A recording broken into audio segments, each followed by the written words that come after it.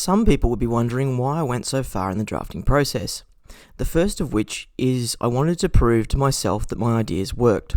For context, the first approach I started with was scrapped one summer whilst I was on the train from Brisbane to Sydney tapping away at the act.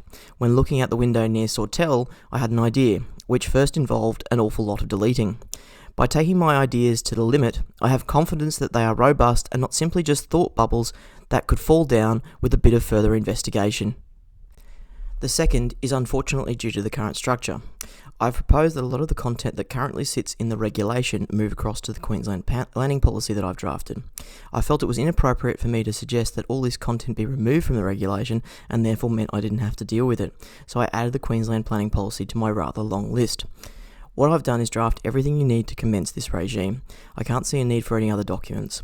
There is the question of regional plans, and with these I did not feel the need to alter them, as they are each individual documents drafted for a purpose and a time. Ideally they would be converted into a state code or similar in the QPP, but that's a discussion for another day. For context, I've compared my structure on screen with the current structure which you saw previously.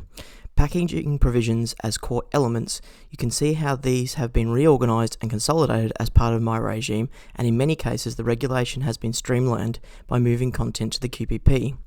This has a number of benefits, including presentation, ability to update, and coordination with other elements, such as assessment criteria. To be clear, there are some elements that I have transferred across from the existing regime, either because I believe they work well and don't need to change, or because I didn't feel they formed part of my project.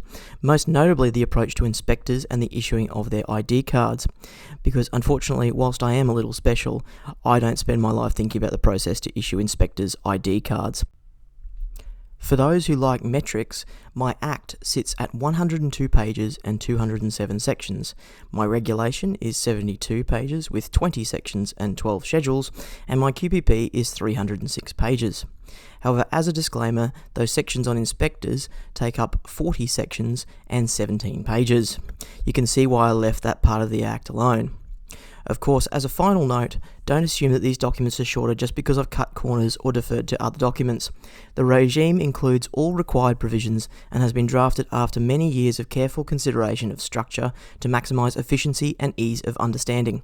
If you'd like to understand how exactly I've done this, keep an eye out for the next video in the series, or why not drop me a line. I'm always happy to talk planning legislation.